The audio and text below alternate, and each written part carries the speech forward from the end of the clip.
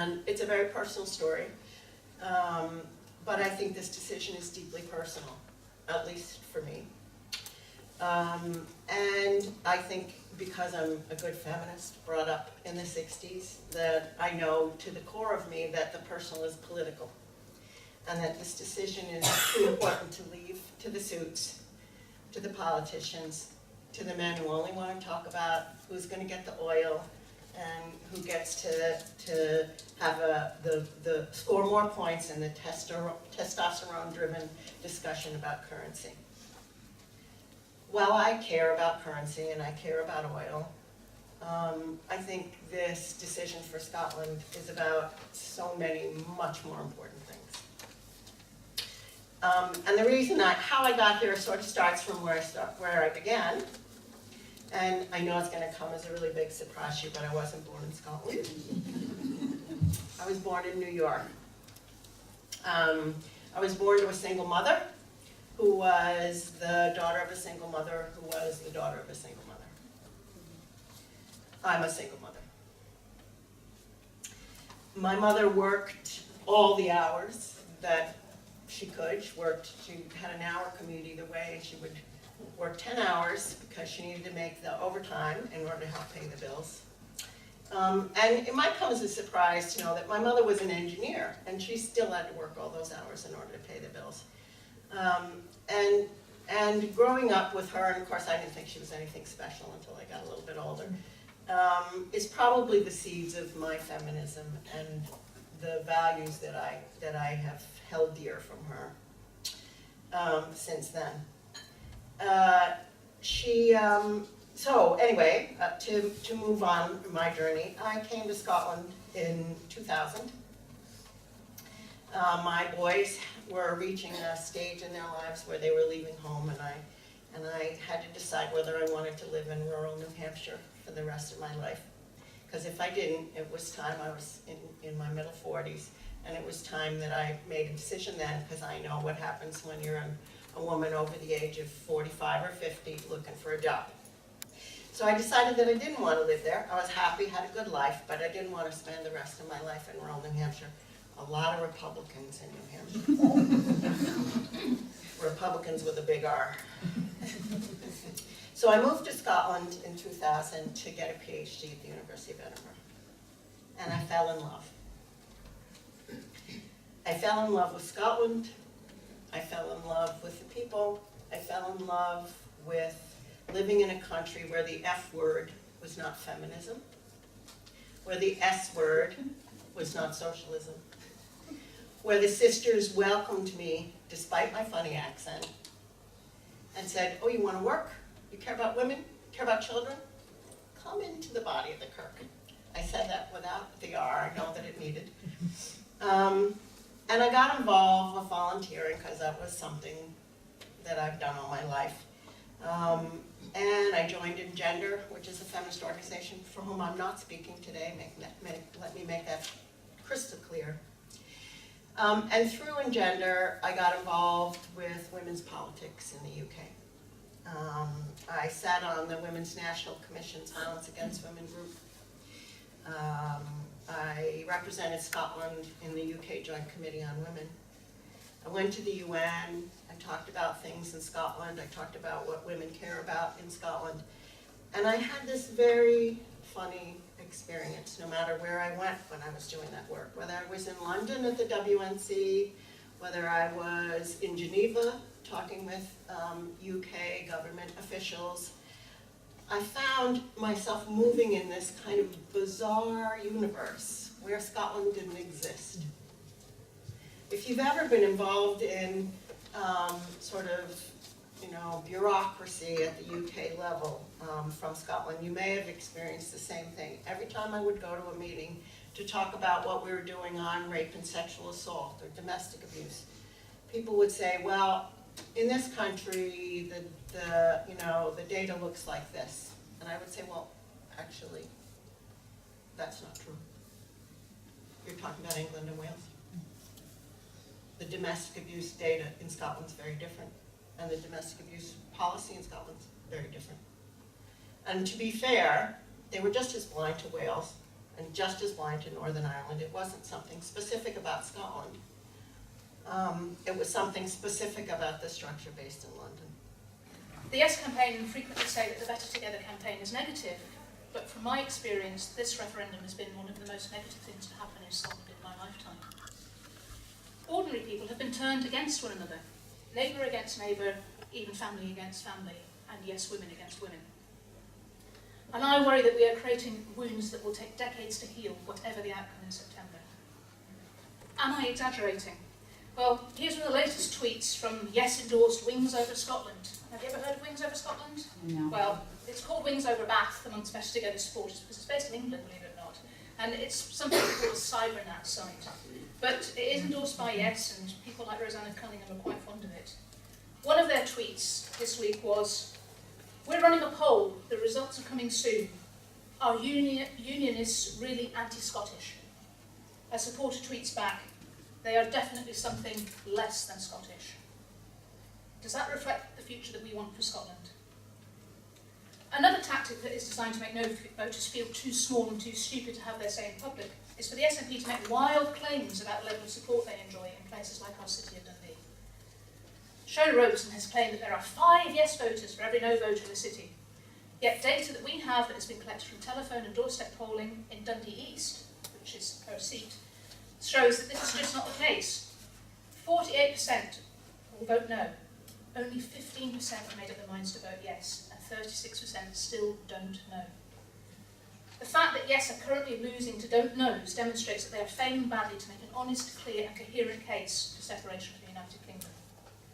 Even according to yesterday's YouGov poll, the SNP cannot even get 2/3 of their own supporters to say they want to vote yes. No wonder Nicola Sturgeon was reduced to begging for Labour supporters to support her cause yesterday. Now, I know that Scottish women will not be taken in by tawdry gifts and headline-grabbing offers when there is no substance underneath. For example, the childcare policy that cannot work unless we magically manufacture 40,000 economically inactive mothers. And what jobs await these women should they appear, now that we have 80,000 fewer women in further education? Well, we had an insight this week from my hometown of Kilmarnock. Yes, believe it or not, that is my hometown. Working for sweatshop wages, chasing down debts on behalf of loan sharks on the end of a telephone. Scotland's women deserve better. Scotland's women will not be taken in by a policy that effectively reduces us to a wound count and directs us towards low-paid toil instead of actually listening to our aspirations for a better society for ourselves and our families.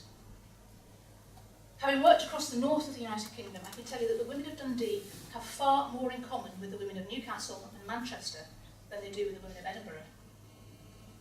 Who are the people who will understand the struggle of Scottish women to raise their families, to access services, to make ends meet?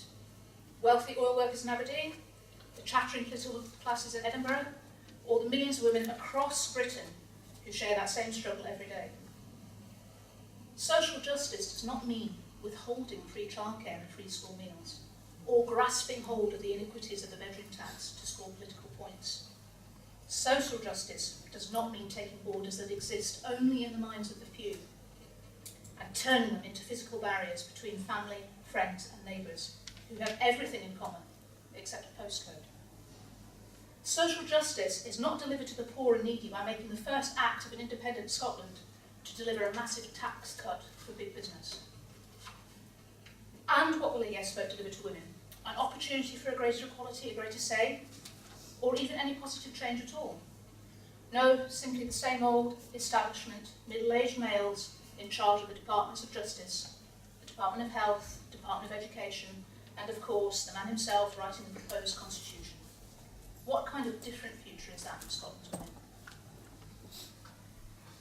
In Scotland now, we could have the best of both worlds. If our government will stop wasting precious time and resources and bend their minds to the things that count. We have a devolved NHS in Scotland. Is it any worse than the NHS in England? Certainly not. Is it any better than the NHS in England? Certainly not. Could it be? Yes, of course it could, and it should. Education is wholly devolved to Scotland. Is it any worse than in England? Certainly not. Is it any better? Certainly not. Should it be better? Of course it should. We have huge devolved powers. that we are not taking these golden opportunities to make the changes that Scotland wants. Indeed, in some areas we're going backwards, particularly in Dundee, for example, where those great strides that we made to reduce classroom sizes have now been removed.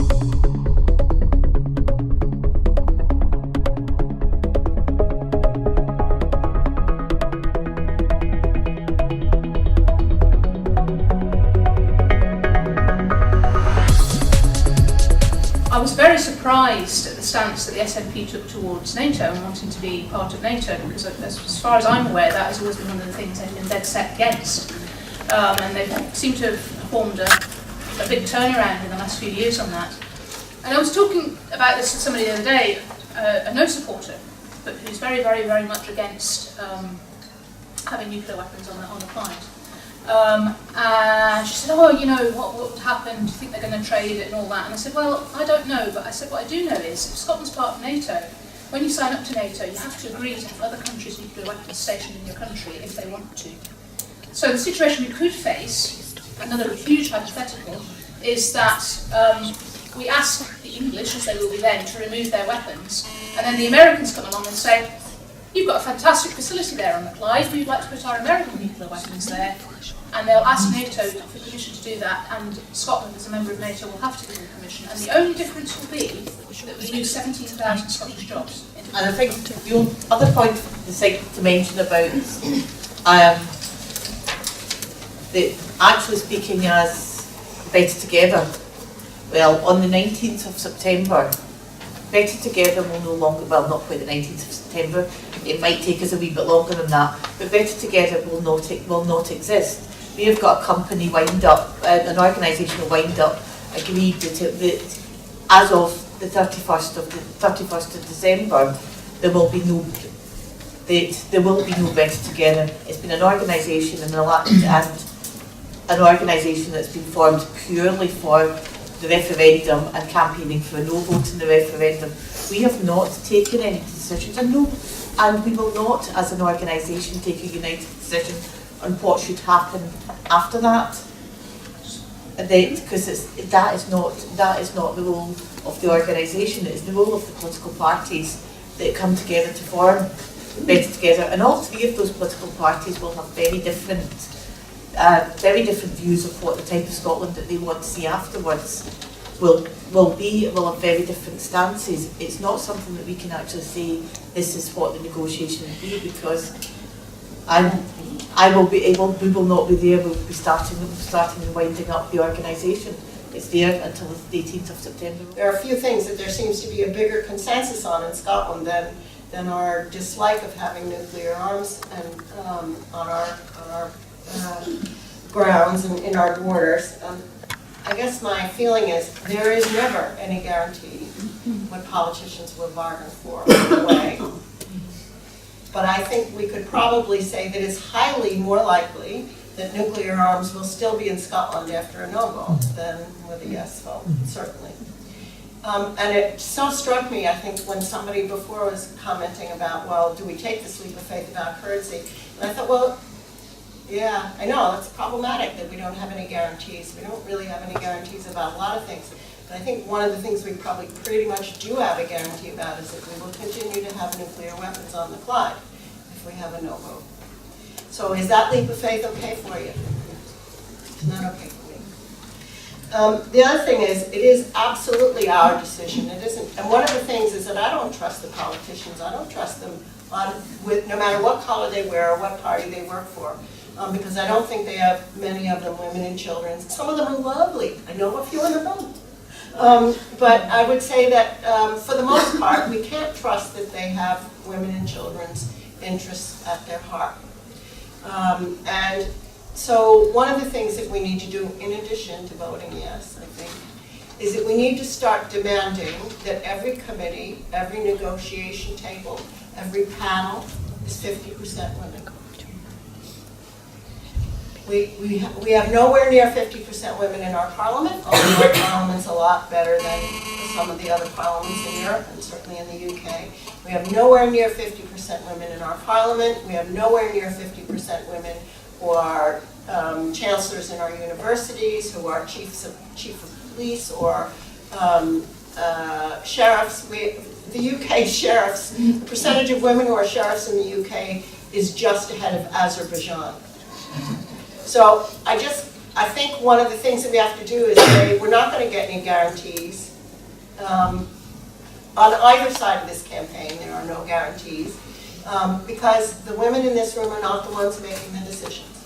And I have to say that one of the things that we can do to try and make sure that the decisions that do get made are better are start demanding that the people who make those decisions look more like us. I'm the same as Marsha in this context. Like, I don't really believe politicians. I don't have a lot of faith in parliamentary politics for a variety of reasons. I believe in people power. Like, I'm a trade unionist, I'm involved in the trade union movement, and I honestly think when people work together to change things, then they can do it. And I will do everything in my power to make sure that Trident is out of the Clyde come the 19th of September, that is part of the negotiations. And I mean, it was a figure that was mentioned in one of the other contributions, and it was the first one there, that it would, the removal of Trident would cost 17,000 jobs. I don't know where that figure comes from, because actually the STUC report, co-authored with activists from civil society, churches, the Labour Party, said it will cost less than 1,800 jobs, and that the renewal of Trident, which all parties at Westminster are committed to doing, the renewal of Trident actually costs jobs. That's what that report says. You can get it online, it's the STUC report on Trident. So the renewal of Trident is actually costing jobs, right? But I think that there's a bigger thing than just that jobs and economics question. And I should clarify this again, sorry, I'm getting a bit waffly, as I tend to do. For me, it's not about moving the submarines. It's not about actually taking the submarines and driving them somewhere else. It's actually quite a simple process to disarm the missiles, to make them unworkable so that they cannot be fired at any other nation. Like that's the process I'm talking about. I'm not saying that we just want them away from us and they can go somewhere else. No, I'm talking about disarmament of those missiles. That's what I want. The other thing about Trident for me is that the cost of Trident, the renewal of Trident, is a cost on women. It's a cost on women because the money that goes into Trident is the money that's siphoned off from education, social care, social security, all these types of policies that have a disproportionate impact on women. The money is going to defence, it's going to a macho militarism culture that somehow we need to protect ourselves with this nuclear arsenal. So the cost of Trident, renewing it, staying in the UK, which I disagree with Marsha on this one. I think there are guarantees if we vote no. I think there are definitely guarantees, and one of them is we're definitely keeping Trident. Like, I think that's something that's definitely going to happen. And even people that I know who are voting no have openly said, if your big thing is to get rid of Trident, then vote yes, because that's all you've got. And that's people who are from the no campaign that are saying that to me. So it's not just the cost of Trident in terms of it's costing the economy jobs by putting all this money into the renewal of nuclear weapons and not into restructuring the economy in favour of women and creative wealth and having a better society. It's more than that for me, and it's something that I will do everything in my power to build a movement that makes sure that we disarm that nuclear bomb.